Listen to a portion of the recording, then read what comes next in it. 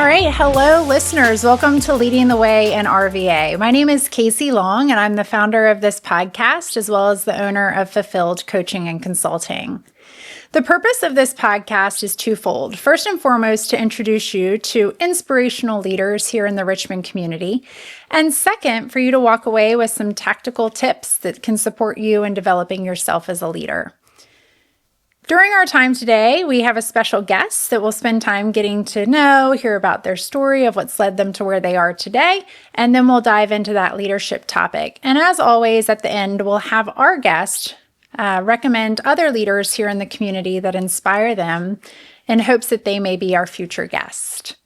So without further ado, I'd love to take a moment and introduce you to Will Melton, CEO of Xponent21. Also someone that's building a community around artificial intelligence here in Richmond and has their hand in many other things throughout our community. I've been in lots of conversations over the past couple months, and Will's name has come up multiple times. So reached out and was thrilled to hear him say yes to joining us today.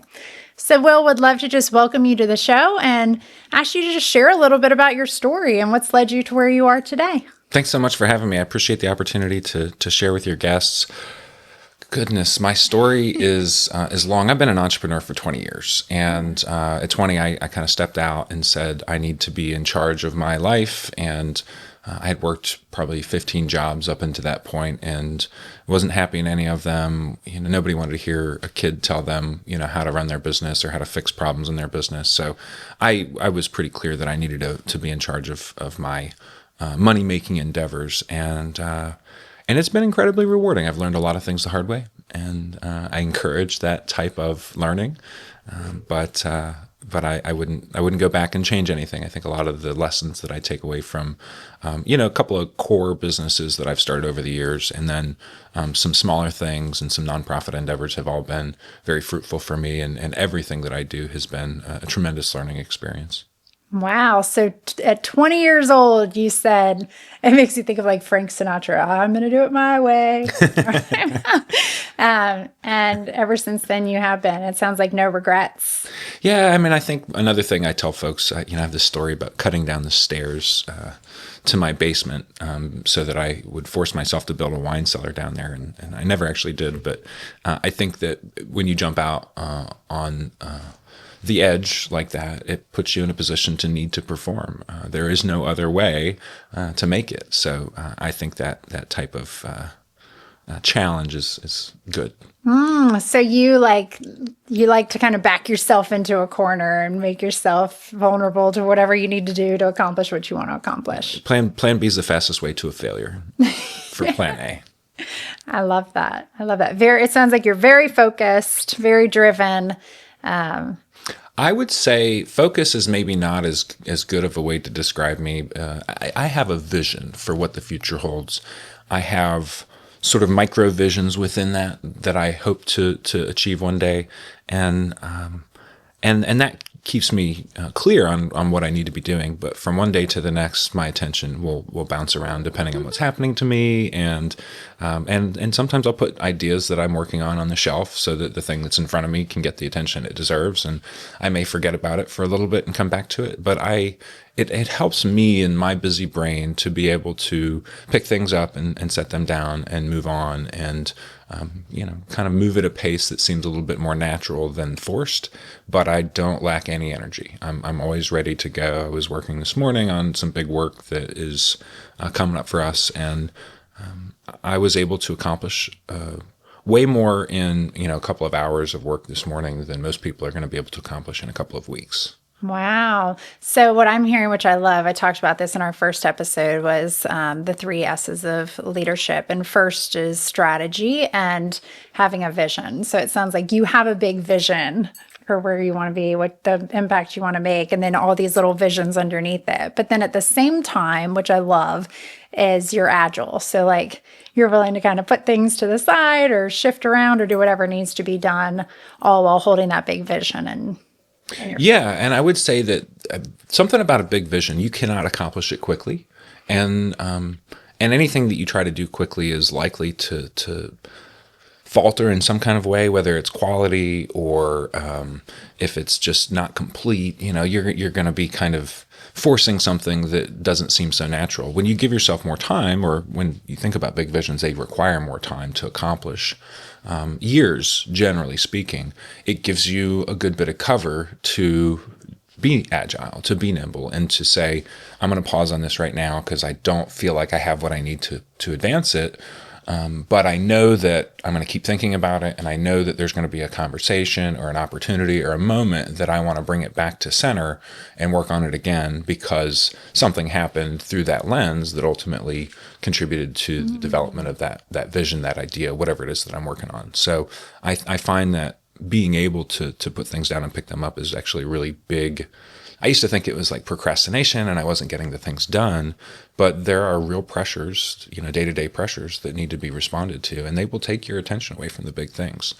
So the longer time scale you have some social cover, if you've told people that we're working on this, but you maybe haven't worked on it for 6 months, that's okay because you can pick it back up and still accomplish the goal. Yeah, I love it. So it's like, there's a message here for the listeners. It's like, yes, have big vision, have big goals. And then in the meantime, like be agile. And the thing that I'm hearing that is something I need to work on is patience, and like be patient and like realize that there's a time for things rather than like try to force things. Well, and you can do something every day to advance your goals, but something isn't going to happen in response to that advance every single day. I do a lot of work to market my business, to sell what we do, but it doesn't mean that I get leads every single day. And the leads that I get don't always materialize. So, we have to be patient. And I also tell people that a lot of times people will not pursue something because they have all these made up ideas in their mind about how they're going to fail or how it's going to be too hard or whatever the barrier is. And, I get that, but it's not until you actually try something and you go out there and start working on it that you actually find the thing that's going to pull you into it and allow you to succeed. Those mental stories that we tell ourselves can really get in the way. And, I think that planting that flag and saying, I'm going to march toward this, and maybe telling some people about it so that you can hold yourself accountable is a great way to succeed. But, I think people also have to know that they can't do everything on their own. I think a lot of us want to be able to do stuff on our own. We want to be able to drive it forward, but we need champions. We need a support network. We need people who are going to say, that's not such a good idea, or I love what you're doing, keep going. And those are good guideposts for you along the way. Yeah, I love that. I'm hearing like having a board of advisors, and like I always call it like a board of advisors that are just people that you can bounce your ideas off, that can give you different perspectives and things like that too. Accountability is huge. We cannot hold ourselves accountable as effectively as somebody else can. So coaches are great for that, and so are loved ones in our family. But I also believe that it's good to go riskier, bring in partners, hire employees, bring other folks in the fold that are going to help you move it forward. Yeah, invest in your future. Exactly. Yeah. Spend the money and know that you're on the line for it so that you can't fail. I mean, I think it works for me every time. And I think for other people, cut down the stairs. It's a great way to start. You're so inspired. I'm getting it now. I'm like, what is it about Will that all these people have been saying, like, Will. So, what is it? Like, tell me. I'm hearing like, wow, a courageous, bold leader. But what are some of the impacts that you're currently focused on making in the community that's got people saying you're doing big things? So I'll start with, I went through Leadership Metro Richmond in 2020, and it was rather overwhelming because they teach you about all the community's problems and the different players that are kind of affecting change, and some history about those problems. And I walked away from that experience very overwhelmed, but and also during the pandemic, so I couldn't really respond to it right away. But the more I thought about what could I do to make an impact in Richmond, I'm a digital marketer by trade. I build websites and brands and communication strategies. So I had the idea to create something called America's Healthiest City, which is a 10-year community partnership to make all of Richmond the healthiest region in America by 2033. Behind that, love that. And we kind of started by looking at the World Health Forum, or the World Economic Forum and the World Health Organization, they have some pilot programs for healthy cities, and essentially it just takes convening, business, academia, government, and nonprofits to come together and work toward that goal together. And I can say that our region is doing that, certainly not because of me, but because of parallel efforts. But on my side, it's really just telling stories, very similar to what you're doing. There's a lot of folks that are sitting there thinking, Richmond's not getting better and nobody's doing anything about it. But those people are sitting on the couch at home and they don't see all the work that's going into making the community better. So we hope that by illuminating those stories of people that are making a real impact on the social determinants of health that will lead to future health outcomes for people who live here is a really great way to first inform people that, there is this momentum. There are people who are working. But we do hope to work with other community partners to be able to more effectively measure and say, hey, we actually have achieved this goal.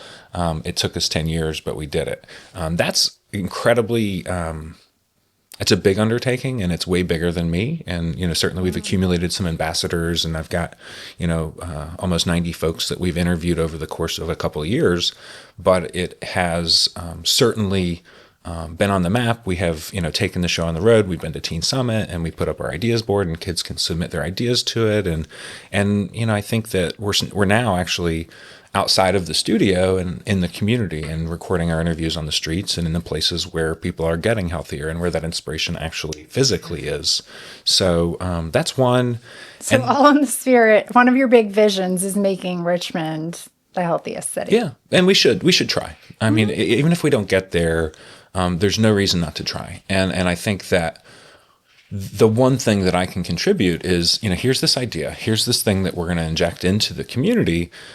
Let them run with it. If they don't like what I have to say, or if they don't like this message, tell me. Let's figure out what's missing. And I've had people that say, well, you haven't interviewed the people that are living on the edge, on the margins, and those people's voices need to be heard. And so we responded to that and brought in a resident who lived in the Big Six to talk about what it's like to live in Richmond. And she told us that she's moving out of Richmond because it is that hard, and she's tried for a really long time.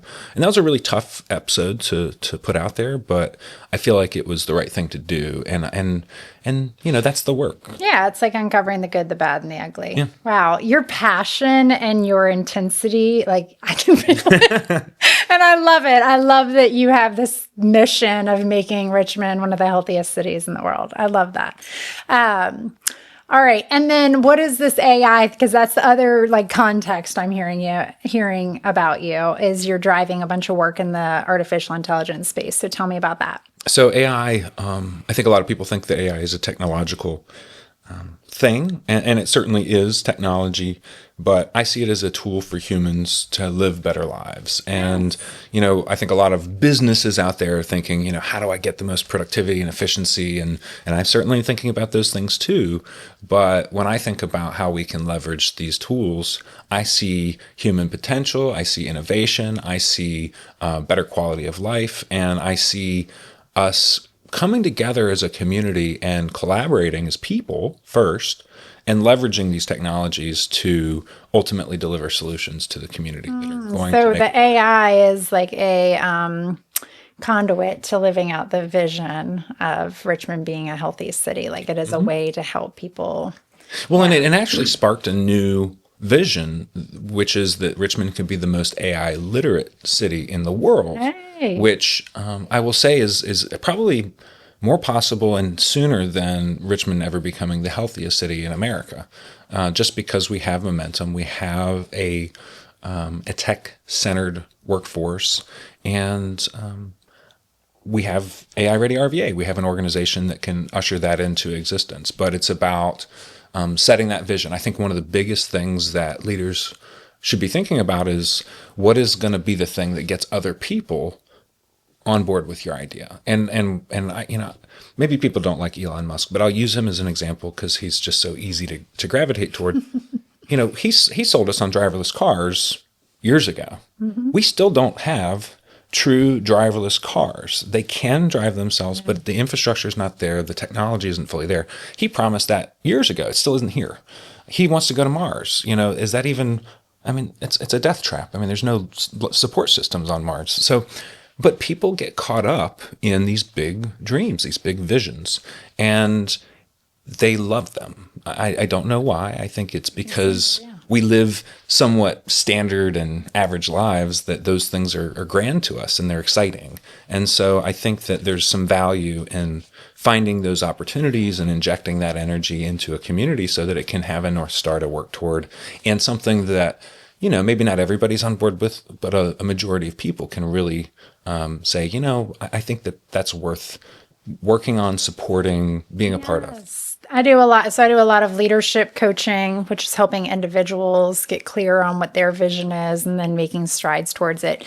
And then I do a lot of team coaching. And at the heart of both leadership and team, but it's just what I'm hearing is like team community is you have to have a shared goal. So like I'll have folks call me all the time and say, oh, will you come in and do like a team effectiveness workshop or a team building workshop? And I'm like, yes, but what's the shared goal that this team, there are so many people that are like on a team that don't have a clear shared goal. So I love this idea of like just getting more and more people behind your shared goal, which is leadership. So now I see it. I see why all these people are talking about you. You've got a big vision and you're in like a very innovative way, like making progress towards it. And what I also love too, and I shared this in my first session, is the vision that we have.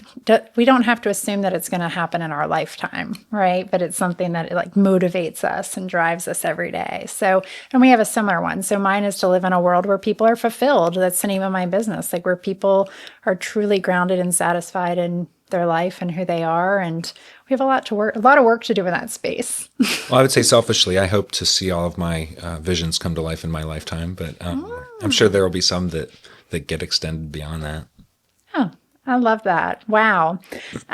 What do you think, like growing up through your journey, like what created this strong drive and So I'm currently writing a book that I guess you can call a memoir. I'm not familiar with all the terms, but the title of the book is From Survival to Significance. And Survival to Significance. Yeah. So when I was a kid, my father was disabled and in and out of the hospital. My mom worked 3 jobs, and my brother and sister were often on our own and, knew how to cook and clean the house and do all the things that we needed to do as caretakers.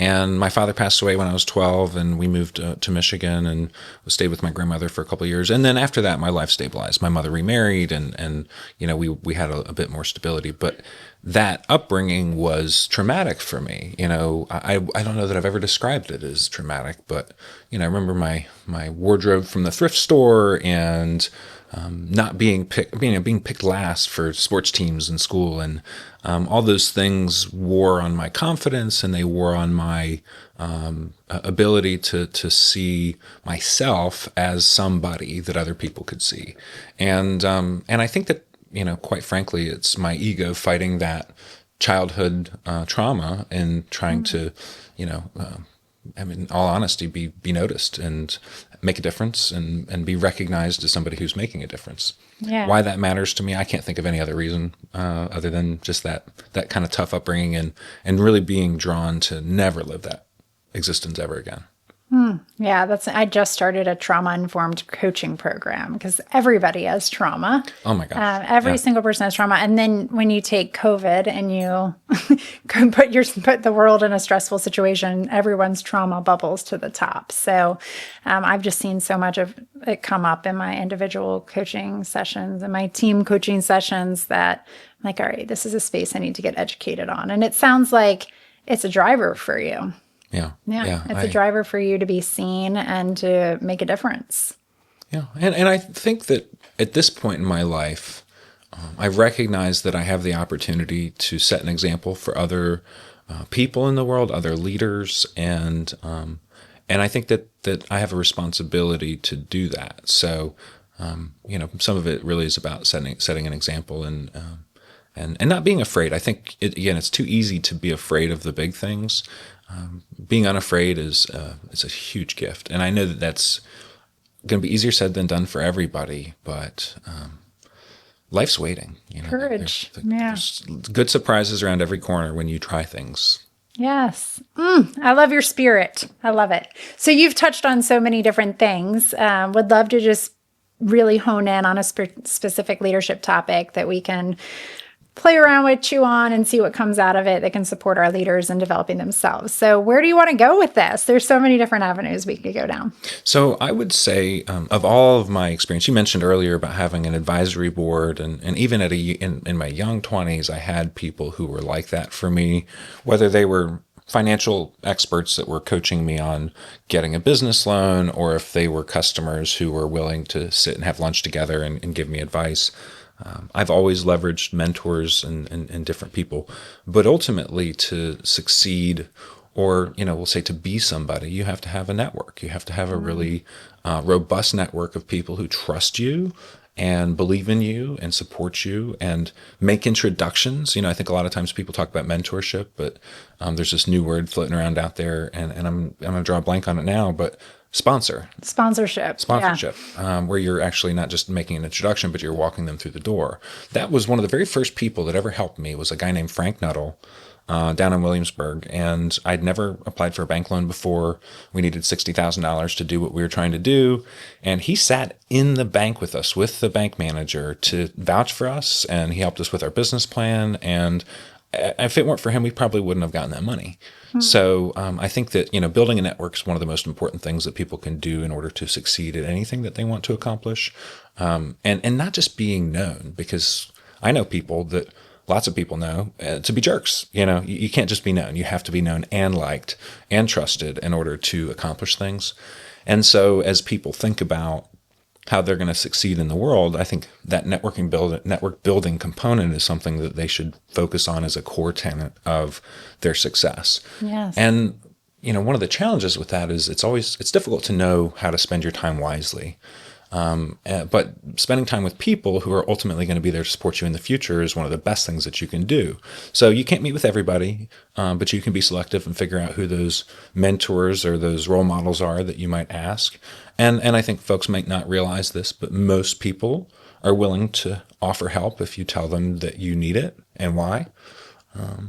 But those things also won't be clear immediately when you're forming those relationships, how they're going to pay off later on. So you have to trust in that process and build those relationships and build that network for free, with no expectation. You're not going to ask for anything. You're not going to, beg or sell anything. You're just going to build that relationship and build that connection. And that takes multiple meetings and so patience, going back to patience, that's something I did not have as a kid. I was so impatient. But it is a virtue that is very rewarding, because the biggest gifts are never quick. They're never immediate. They always are the things that come after you've worked hard at something, after you've set a vision, taken on a challenge and gone on the journey, and you get to the destination maybe, and you're like, well, that was kind of anticlimactic. Now what? Because all the fun stuff happened in the journey. Yes. That's one of my things, is enjoy the journey, right? Because we can get so focused on the results. So a lot here. What I'm hearing, the topic is, it's really like expanding your influence, growing your network. And I find it like, when I think of growing your network, I think of influence, right? Like, and that's like social media influencers have a very large network. Building a network is key to so many things, and influence and leadership go hand in hand. So often it's like influence is leadership, leadership is influence. So I'm curious, like, what are some of the steps that you have taken to build your network? Because you obviously have, because I'm out and about in the community and people are talking about you. So if a listener were to say, like, where do I start with building my network? What would your advice be? So in my book, I'm writing about the Chamber of Commerce. The very first Chamber of Commerce I ever joined was the Greater Williamsburg Chamber and Tourism Alliance down Williamsburg, Virginia. And I didn't know what I was doing when I first got involved. I just joined because it seemed like businesses should be a member of the chamber. And I was kind of bumbling around, uncomfortably at networking events and trying to figure out what to do. And then a gentleman named Ron Campana Sr. called me up, and he was on the ambassador committee. And he said, can I chat with you for just 5 minutes and make sure that you're getting the value out of your membership? And it was a welcome call for me, because I didn't really know that I was getting the most of that I could out of it. And about 30 minutes later, we had a really good conversation. He said, would you be interested in joining the ambassador committee? And I said, that sounds great. And essentially it would mean I'd get 12 warm introductions, or I would, be able to call on behalf of the chamber and say, hey, are you getting the value out of your membership? Let's make sure that we can connect you. I went from kind of not knowing what to do with my membership to having a clear purpose around what I was supposed to be doing, which is helping other members. And that was an instant change for me, because once I had that purpose, the awkwardness disappeared. All of a sudden, I was doing the work and not thinking about it, because I had this clear job to do. And fast forward, I eventually learned that chambers of commerce are really wonderful places, because the staff specifically, the people that work and run the chamber, they know everybody. Everybody. Everybody comes to them with information or with asks or connections to other people. And so if you can make friends with those people, if you can go volunteer and help out and make yourself indispensable, you get opportunities that you wouldn't get otherwise. You get introductions to some of the biggest leaders in a region, and CEOs and elected officials. And, I met through Chamber RVA and a trip to DC. I mean, what inspired AI Ready RVA to start was meeting all of our elected officials in Washington, DC. And Mark Warner came in the day that he met Sam Altman for a meeting and said, this stuff is crazy and it's moving so fast, and we need to be paying close attention to this. So it all happened through networking. Yeah. So chamber, I love the chamber. I do a lot with the Richmond chamber too. So join the chamber, your local chamber. But what I'm also hearing, what I heard like at the heart of this that I think can be relevant for everybody is like, be intentional, right? So whether you're going to a networking event or joining an organization, like have a goal of what you're trying to accomplish through that. And so for you, like they pulled you in to be an ambassador and you had a very clear goal, and that just blew up your network. I know I have a client that I've coached that's just really introverted and anxious about going to networking events and things like that. So they have a goal of like, I'm going to learn 3 interesting facts about 3 different people anytime I go somewhere, right? Or I'm going to meet with people that I know and ask each of them to introduce me to 2 other people they think I'd enjoy meeting. Like different ways to just continue to grow out your network. So, well, and it's a numbers game too. I mean, when I did Leadership Metro Richmond, there were 70 people in my class. I got a little, magazine that had everybody's face in it for the year. And I took that and I put stickers on everybody's face. And I vowed that I was going to meet every person in the class and have a conversation with them. And once I knew their name and felt like I knew them enough to be able to remember them in the future, I would take the sticker off. And by the time we got to the end of the class, I had no stickers left in my book. And my class praised me for this, and I wasn't looking for that. But it enabled me to very intentionally meet 70 people. So I think another thing is anytime you're part of a group, it's imperative that you take the opportunity to try to get to know everybody. Not everybody is going to be a nexus for you, is going to drive your mission forward, if you will. But if you don't meet them, you won't know who those people are. Mm-hmm. Yeah, I love that. So much of what you're saying reminds me of like a motto that I've had my business now for almost 2 years. And my number one strength, I don't know if you're familiar with Clifton Strengths, is woo. It's a very like influential social strength. So I'm the only person on my team that has woo. When we did the strengths test, yeah. Nice. I worry about that one. No, it means you leave people behind all the time. Oh, I hope not. No, it's like I love to just get to know people. Yeah. And that's one of the reasons I started hosting this podcast. But very comfortable like reaching out and connecting with people. And so I would challenge people too to think about like, what are your unique strengths? And then how can you build a network based on that? Because not everybody is woo. Right. Not everybody. Very few people are woo. Yeah. So thinking about how that works for you. But the analogy that has really stuck for me, I meet with people all the time, and I'm intentional in making sure the people I meet with are people I want to meet with, right? Not people I feel like I should meet with, but do I really feel like I want to meet this person? Am I curious? And then, like you said, it's patience. Like every person I meet, I'm just planting a seed. It's like I have this massive garden and I plant seeds of meeting with people, and some of them grow into friendships, some of them grow into business opportunities, some of them never come out of the ground, and that's okay. But it's like being intentional with growing your garden of your network.